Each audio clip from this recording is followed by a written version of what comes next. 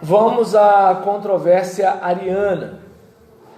A controvérsia ariana foi um debate diferente que dividiu a igreja pela maior parte do quarto século e teve uma dimensão política.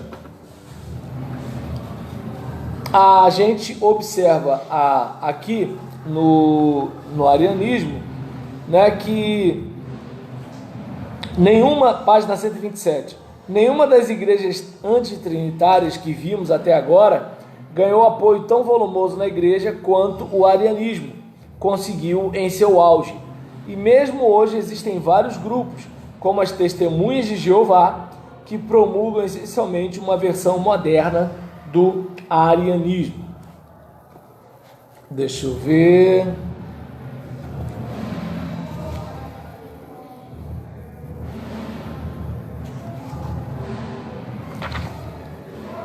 O primeiro concílio ecumênico da igreja, em Nicéia, no ano 325, foi convocado pelo imperador Constantino justamente para resolver a questão, iniciando uma tradição de resolver debate teológico por meio dessas assembleias universais dos bispos e marcando a primeira de muitas ocasiões em que governos interferiram em questões eclesiásticas e religiosas.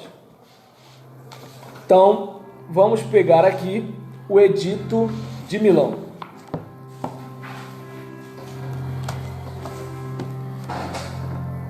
Em 293, para entender as proporções gigantescas às quais a controvérsia ariana chegou, é importante entender a situação da igreja no início do quarto século.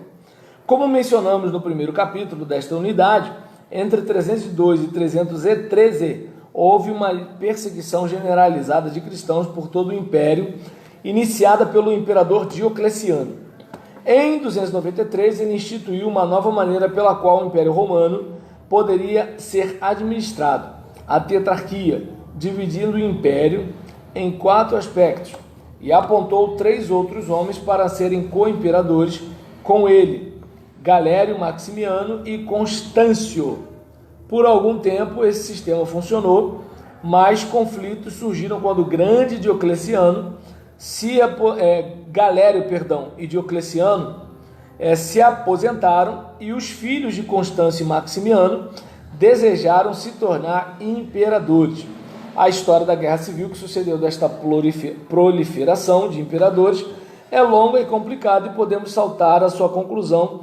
As 4 partes foram reduzidas a 2 e em 313 o filho de Constâncio, Constantino, tornou-se imperador do Império Romano Ocidental, enquanto outro homem, Licínio, tornou-se imperador do Império Romano Oriental. Então a gente viu aqui que em 293 Diocleciano instituiu a tetrarquia, surgiram problemas após a aposentadoria de Galério e Maxêncio, filhos de Constâncio, e filhos de Constâncio e Maximiano desejaram tornar-se imperadores. A guerra civil é instalada e em 313 Constantino torna-se imperador do Império Romano Ocidente e Licínio do Oriental. Batalha da Ponte Milvia em 312. A mãe de Constantino era cristã. Constantino alega receber visões divinas. Em 313, promulga o Edito de Milão, que legalizou o cristianismo em todos os impérios e devolveu à igreja toda a sua propriedade que fora confiscada pelo Estado. Vamos para Ário e sua doutrina. Ele era um presbítero na igreja de Alexandria, trabalhou com Alexandre. Gente, um de vocês pode pegar um copo d'água para mim? E tinha boa reputação, 2 por favor, tinha boa reputação como homem de temperamento sério e ascético. Nascido em 250, Ário cresceu durante a controvérsia sabeliana. Vamos lá. Diante desse caso, ele foi bastante influenciado. É bom lembrar que Paulo Samósata e Luciano de Antioquia negavam a divindade de Cristo. Opa, obrigado.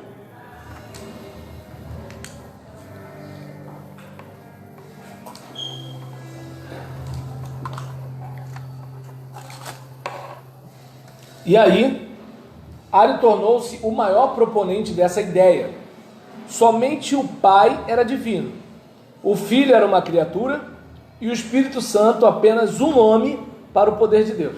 Olha aí. Ele era a força espiritual que Deus utiliza no mundo, mas não era em si mesmo uma pessoa divina.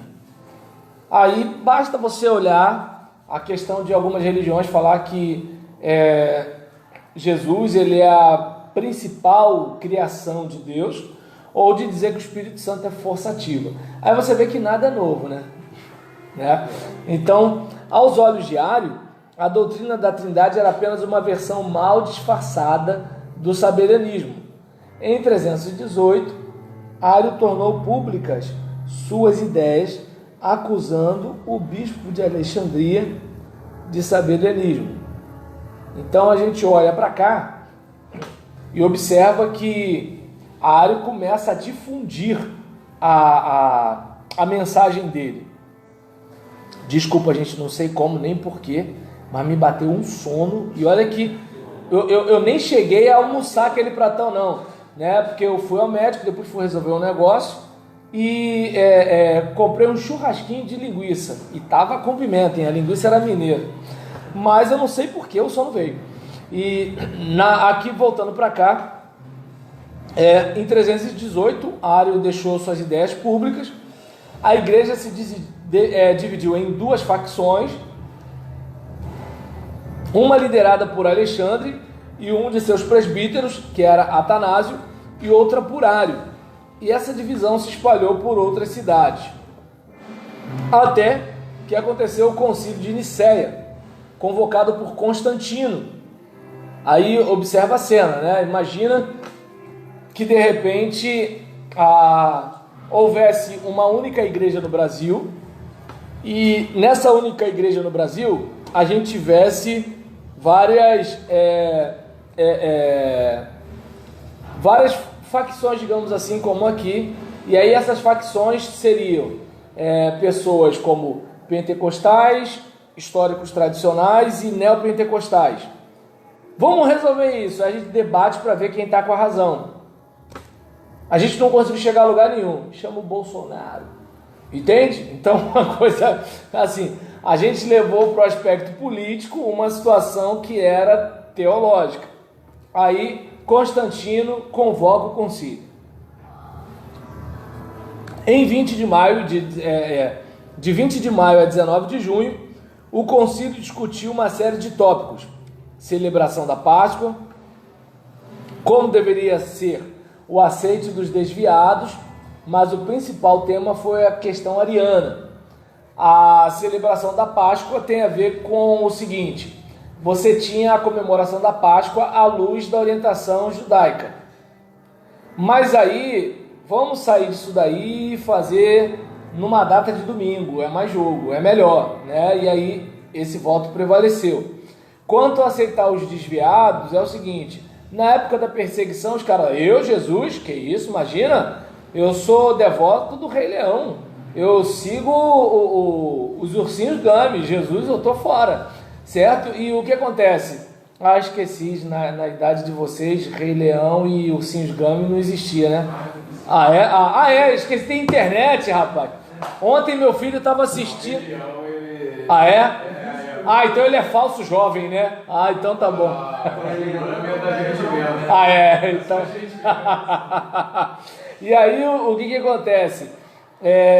Ontem meu filho assistiu a música do Balão Mágico com a Simone, na época que criança podia assistir. Então, aí nesse caso, né, a respeito desse assunto, né, a internet tem disso. E a gente, por exemplo, vê que eles estavam discutindo aqui o aceite dos desviados. Por quê? Porque lá atrás o pessoal ele tinha se afastado da fé para não morrer. Mas agora que não temos a perseguição, agora eu quero ser crente de novo. Me aceita aí, entende? Era mais ou menos assim, certo? Então, teve esses assuntos, além da questão ariana, que é o nosso assunto aqui. E aí, a gente teve o debate na questão da essência igual ou parecida, certo? Então a gente tem o homousios e tem o homoiousios, entendeu? Então homoousios, né? E homoiousios, né? Não me perguntem como é que é a pronúncia, né? Eu só estou lendo por causa das letras, né? Então, em relação à essência igual ou essência similar, os trinitaristas venceram a discussão após quase um mês de debate e o concílio produziu uma declaração que permanece até hoje, que é o credo niceno. Então, a gente, por exemplo, observa que a coisa caminhou não porque apareceu um anjo do céu e falou, atenção, não, foi resultado de uma discussão. Então é aí onde, por exemplo, o pessoal que perdeu pode dizer o seguinte, então se tivesse maioria, a gente ia escolher outra coisa, certo? Mas aí é bom pensar, por que a maioria pegou esse caminho? Porque a maioria estava entendendo que pelas escrituras, pelo caminhar dos textos, pela fala dos apóstolos, pela fala dos pais da igreja, gente, fica difícil a gente pensar de outra forma, certo? Então, a gente tem essa questão aqui. Deixa só eu... Isso, perfeito. A coisa foi definida a partir, né, do credo niceno e eu acredito que seria importante dar uma lida aqui. O que apresentamos abaixo é a versão original do credo. Cremos em um só Deus, Pai Todo-Poderoso, Criador de todas as coisas visíveis e invisíveis, e em um só Senhor Jesus Cristo, o Filho de Deus, gerado unigênito do Pai, isto é, da substância do Pai, Deus de Deus, luz de luz, Deus verdadeiro de Deus verdadeiro, gerado, não feito, consubstancial ao Pai, por quem foram feitas todas as coisas que estão no céu ou na terra, o qual por nós homens e para nossa salvação desceu e encarnou e se fez homem, padeceu e ressuscitou ao terceiro dia e subiu ao céu. Ele virá para julgar os vivos e os mortos, e cremos no Espírito Santo. E quem quer que diga que houve um tempo em que o Filho de Deus não existia, ou que antes fosse gerado ele não existia, ou que ele foi criado daquilo que não existia, ou que ele é de uma substância ou essência diferente do Pai, ou que ele é uma criatura ou sujeito a mudança ou transformação, todos que falem assim são anatematizados pela Santa Católica e Apostólica Igreja. E aí, a gente tem aqui, né, que Constantino, sempre preocupado com a unidade da igreja, não vamos esquecer que ele era um político, então a unidade para ele era muito importante. Obrigou todos os bispos a aceitarem o credo sob a pena de expulsão da igreja e exílio. Então você percebe que, assim como a gente tem a coroa inglesa sendo a liderança da igreja anglicana, a gente percebe aqui que, olha, a liderança mesmo, quem bate o martelo nesse negócio aqui, é como se de repente nós tivéssemos o ministro Alexandre de Moraes decidindo o que deve acontecer na igreja, ou Gilmar Mendes, alguma coisa do tipo. Então a gente percebe que assim, o Estado acaba mandando na igreja nesse contexto aqui. Ele preside o concílio e ele diz como a coisa deve ser depois da decisão, certo? Então a gente tem esse posicionamento.